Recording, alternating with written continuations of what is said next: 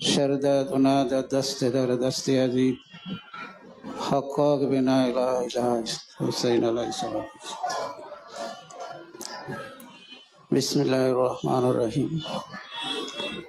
আমাদের দয়াল মৌলুদান দিবস স্মরণ অনুষ্ঠানে উপস্থিত আছেন আমাদের দয়ালের সুযোগ্য আওলাদ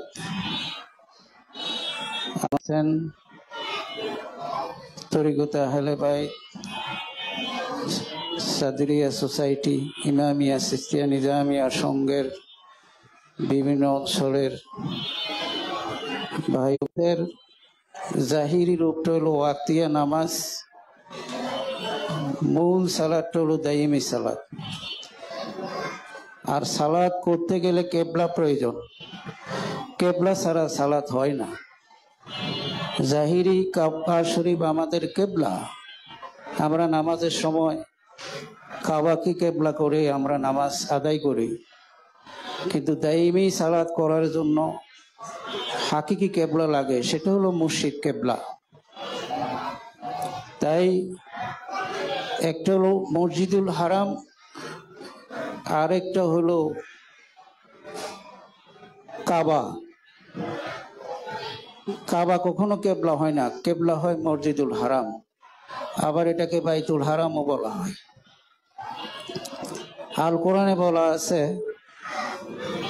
ইন্না আওয়ালে বাইতে উদিয়া লিন্নাস আল্লাযী বিবাক্কা মুবারাকা ওয়া হুদাল লিল আলামিন। এই জগতে যত গৃহ দেওয়া হয়েছে তার মধ্যে সর্বপ্রথম গৃহ হলো এইটাই, যা বাক্কায় অবস্থিত, বরকতময় বাক্কা, সারা সৃষ্টির জন্য রহমত স্বরূপ।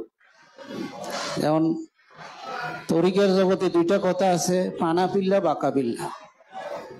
ফানার জগতে যিনি পৌঁছছেন তিনি বাঁকাতে পৌঁছেন, আর বাঁকা শব্দটা হলো বে কাপরে, বে বাঁকা, বে cup, absorbing with power, that is বাঁকা। অর্থাৎ যিনি কাপ শক্তির সহিত আছেন তিনি হলেন বাঁকা। এই বাঁকা হলো একজন কামেল অলি, কামেল মুর্শিদ হলেন এই বাঁকা। এই বাঁকা হলো ভক্তের কেবলা। এই কেবলাকে সার্বক্ষণিকভাবে চোখে চোখে রাখা। আরেক জায়গায় বলা হয়েছে অমিন হাই সুখারাস্তা বওয়াল্লি ওজাহাকা সাত্রাল মসজিদুল হারাম। তুমি যেখান থেকে বাইর হইয়া আসো না কেন, তোমার চেহারা মসজিদুল হারামের দিকে নিবিষ্ট করো। আর মসজিদুল হারাম হলেন একজন কামেল মুর্শিদ, যিনি যার অন্তর দুনিয়া মুক্ত অন্তর, বেদিল, যার দিলে আর দুনিয়া নাই, দুনিয়া হারাম হইয়া গেছে। তেমনি একজন কামেল হইলেন মসজিদুল হারাম এবং ভক্তের কেবলা। এই কেবলাকে সার্বক্ষণিকভাবে যেখান থেকে আপনি বের হয়ে আসেন, অর্থাৎ তার মন যেখানেই যাক, আপনি আপনার কেবলার দিকে এই চেহারাকে নির্দিষ্ট করেন, অর্থাৎ এই মসজিদের দিকে তাকান। তাকাইলে আপনার মধ্যে পরিশুদ্ধতা আসবে, সততা আসবে। কেবলা ও সালাত গ্রন্থে দয়া লিখছেন একটা মানুষ, একটা ভক্ত ফানা পিল্লায় যেতে হলে তিনটা সত্য তিনি দিয়েছেন। এক নম্বরে সত্যের সাথে যোগ লাগানো, দুই নম্বরে বলছেন কর্মযোগ, তিন নম্বরে ফানা পিল্লা। যে লালন সাইজি বলছেন সত্য বলো সুপথে চলো, primary stage of human body. এটা প্রাথমিক অবস্থা, সত্য পথে চলা এবং সত্য বলা। নবী করিম আলাইহিস সালাতু ওয়াস সালামের প্রাথমিক জীবনে নবীকে আল আমিন বলা হতো। সকলে রসুলকে বিশ্বাস করত, তিনি কারো আমানত খেয়ানত করেন না। তেমনি ভাবে একজন সাধকের প্রাইমারি ক্যারেক্টার হলো সত্য বলা এবং সত্য পথে চলা। এটা যদি ঠিক হয়, দ্বিতীয় হলো কর্মযোগ। সালাদবিহীন কর্মই পাপ, সালাদবিহীন কর্মই পাপ। তাইলে সালাতের সহিত যদি আপনি কর্ম করতে পারেন, এটারে বলছে নিষ্কাম কর্ম, এটাকে বলা হয়েছে মোহহীন কর্ম। এই কর্মটা যদি আপনি করতে পারেন সালাতের সহিত, এটা হলো কর্মযোগ। কর্মযোগ যদি ঠিক হয় তাহলে আপনি ফানাফিল্লায় চলে গেলেন। তো এই যোগ সাধনা করার জন্য কেবলা ঠিক করতে হবে। যাদের কেবলা নাই তাদেরকে কেবলা খুঁজে বের করে নিজেকে সারেন্ডার করতে হবে। আল কোরআনে বলা হয়েছে ওয়াসওয়াবিয়া ইব্রাহিম ইয়া বানি ওয়া ইয়াকুব ইয়া বুনাইয়া ইন্নাল্লাহা আস্তাফা লাকুমুদ-দীন ফালা তামুতুন্না ইল্লা আনতুম মুসলিমুন। নবী ইব্রাহিম আলাইহিস সালাম এবং ইয়াকুব আলাইহিস সালাম তাদের সন্তানকে বলছেন, তোমরা মুসলমান না হইয়া মরিও না। আসলাম শব্দ থেকে মুসলিম, আসলাম শব্দের অর্থ হলো সমর্পণ। সমর্পণ হতেই হবে। রহিম করিমের ঘরে জন্ম নিলেন, বাপদাদা মুসলমান, সেই হিসাবে আপনি মুসলমান, এটা কিন্তু কোরআন সাপোর্ট করে না। কারণ নবী রাসূলের ঘরে তো মুসলমান হয় না। তারপরেও কেন বললেন তোমরা মুসলমান হইয়া মরিও? তাহলে আত্মসমর্পণ ব্যতীত মুসলমান হওয়া যায় না। এই সমর্পণের জন্য দরকার কেবলা। আমাদের দয়া লিখছেন, কেবলা is a material form of mental attention. Kaaba is one of the many games of life, but it is not aim of life. Aim is return to two. Return home as fresh as ever, either untarnished nor unvarnished. আমাদের কেবলা বলা হয়েছে মানসিক অবস্থানের বলা হয়েছে কেবলা। একটা ভক্ত গুরু ধ্যান করতে করতে নিজে এক সময় কেবলায় পরিণত হন। যখন তার মধ্যে আল্লাহর প্রকাশ হইয়া যায় তখন তিনি মসজিদুল হারামে পরিণত হন এবং তিনিও একজন কেবলা হইয়া যান। আল্লাহ জাগরণ ব্যতীত কেবলা হয় না। যে অন্তরে আল্লাহ জাগরণ হয়েছে সেটাই মূল কেবলা। এই কেবলার নিকট আমাদের সমর্পিত হতে হবে। তো এখানে একটা বলার বিষয় আছে, সেটা হলো কোনো মানুষ একজন মানুষকে সহজে চিনতে পারে না। এই অবস্থায় আল কোরআনে আমাদের দয়ালের কোরআন দর্শন শব্দ সংজ্ঞা আছে ইক্তেদা করা। আর ইক্তেদার বাংলা হলো কিছু না বুঝেই, গুরু কি বা কি না বুঝেই সমর্পিত হওয়া। তারপরে ধীরে ধীরে গুরু গুণ অর্জিত হলে তারপরে শব্দটা বলছে এতায়াত করা। এতায়াত শব্দের অর্থ লেখা হয়েছে জানমাল উৎসর্গ করা, গুরু চরণে জানমাল উৎসর্গ করা, এটা হলো এতায়াত। এতায়াত যদি ঠিক হয় তারপরে হলো তাফাক্কুর।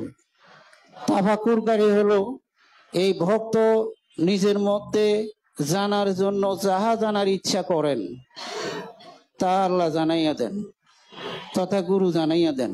এই পর্যায়ের এই স্তরের শিষ্য হলো তাফাক্কুরকারী। এই পর্যায়ে আসলে সে আর অন্যের থেকে শিক্ষা নিতে হয় না, নিজের ভিতর থেকে সেই শিক্ষা অর্জন করতে হয়।